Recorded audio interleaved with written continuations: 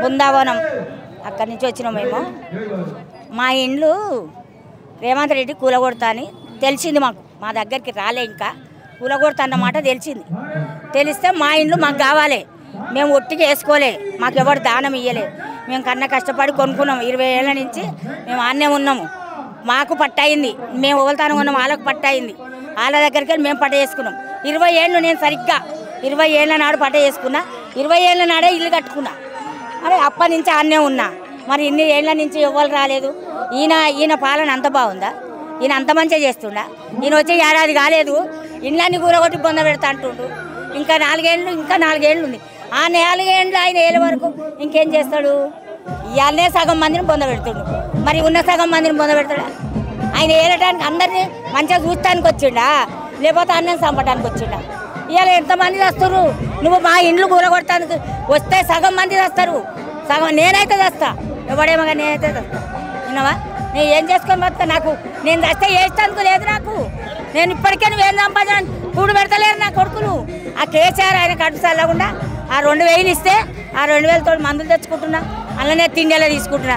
ఈయన ఏమి ఇచ్చిండు మాకు వచ్చి? ఈయన ఏమైనా ఎక్కువ చేసిండా? ఈయన 4000 అని అదే 2000, ఆయన ఇచ్చిన 2000 ఏడాది అయ్యింది. రైతు బంధు అంటే మాకేం పెద్ద భూములు లేవు, రైతు బంధు గురించి మేము కొట్లాడతారు. మా ఉన్న ఇళ్ళకి ఇంత జానడిల్లు ఉంటే ఆ ఇల్లు తీసుకొని పోతాను. ఊళ్ళో అంతా అమ్ముకున్నాం, ఊళ్ళో ఆగమైనాం. ఉన్నకాడి తెచ్చి 60 గదాల జాగ కొనుక్కున్నాం. 60 గదాలు నాకు 60 ఉండొచ్చు. భూములు జాగాలు అమ్ముకొని ఇండ్లు కట్టుకోరు, పిల్లలు ఉండరు, చదువులు ఉన్నాయి, ముందు కాలం బతుకుతారని వచ్చి కొనుక్కురు. ఉన్నకాడు కూడా విక్కొని పోతే ఎట్లా బతకాలి? వాళ్ళు ఎట్లా బతకాలి? నేనంటే సరే ఇలా వచ్చేదాన్ని రోడ్డు మీద వేస్తారేమో నేను బాధపడుతున్నా. మరి పిల్లలు చెల్లెలు బతుకులు ఏం కావాలి? వాళ్ళ బతుకులు కూడా కావాలి కదా. నువ్వు కూలగొట్టిపోవడానికి కారణం ఏంది? నువ్వేమైనా కొనిచ్చినవా? నువ్వేమైనా దానం ఇచ్చినవా? నువ్వు దేనికన్నా 10 రూపాయలు సాయం చేసినవా? మరి నువ్వు ఆడంగా వరద వస్తుంది అంటున్నావు. ఏ రోజన్నా నీ దగ్గరికి వచ్చి మాకు వరదలు వచ్చినాయి, మాకు ఇండ్లు పోయినాయి అని నీ దగ్గరికి వస్తే మాకేమైనా సాయం చేసినవా? మాకు బియ్యం ఇచ్చినవా? నాకు బియ్యం ఇచ్చినవా? లేకపోతే మాకేమన్నా చెడ్డ మంచి సాయం చేసినవా? మాకు తిండిలు అంటే మీదికెళ్ళి పొట్లాలు వేసినవా?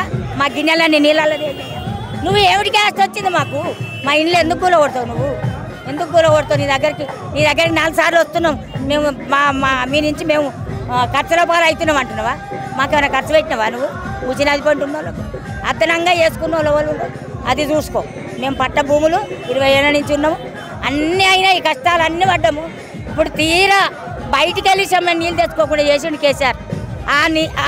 ఆ నీళ్లు కూడా తాగకుండా చెయ్యకు, నీకు పుణ్యం ఉండదు. నీకు పిల్లలు ఉన్నారు, మా ఉసురు ముడుతుంది, మా పిల్లలు ఉసురు ముడుతుంది. మా ఉసురు ముట్టి నువ్వు సర్వనాశనం అవుతావు. నువ్వు మళ్ళీ ఏలవు రాజ్యాన్నిగా. కేసీఆర్ ఉన్నప్పుడు చేసిందే పింఛన్. 200 పింఛన్ ఉంటే 2000 చేసి 2000 పింఛన్ వస్తుంది నాకు. ఈయన 4000 అన్నాడు, ఏం లేదు. అదేంటిది రేకులీలకు 5000 అన్నాడు, అది లేదు. ఏమేమో అన్నాడు బాగానే అని, ఏదీ లేదు. ఆయన ఏమీ ఇయ్యలే. ఆయన చెప్పినవి మస్తుకున్నాయి కానీ ఒక్కడు కూడా ఇయ్యలే. అన్ని అబద్ధాలు, పచ్చ అబద్ధాలు. ఈ మందిని ముంచే చేశారు. మేము మందిని ముంచి సంపాదించలే, మేము ఎవరు నెత్తిలో కొట్టి సంపాదించలే. మేము నిజా కష్టం మాది. 10 రూపాయల కష్టం చేస్తే 2 రూపాయలు వెనకకు తీసుకుంటాం. 8 రూపాయలల్లో గంజి నీళ్లు తాగి ఇలా తీసుకుంటున్నాం. మేము ఆయన లెక్క తింటలేము. మా 20 ఏళ్ళ సంసారం అంతా కొడితే ఆయన ఒకనాడి ఖర్చు కాదు. ఆయన లెక్క మేమున్నాం అనుకుంటుండు. ఒక్కనాటి ఖర్చు కాదు. మేము ఇన్నేళ్ళ నుంచి సంపాదన వినవా? మమ్మల్ని బాధ పెట్టవద్దు, ఆయన బాధపడొద్దు, ఆయన తిట్లు పడొద్దు. ఇప్పటి వరకు ఆయన ఖరీదు మాట్లాడలే. ఇక వస్తాయి బూతులు అంటే మొత్తం వెనకటి బూతులు వస్తాయి. ఇప్పటి వాళ్ళు మాట్లాడినట్టే మాట్లాడుతున్నా నేను. వినవా? ఇండ్ల తోలికి వస్తే మాత్రం మొత్తం పచ్చి బూతులే వస్తాయి. నా ఒక్కదానికి కాదు, అందరికి వస్తాయి.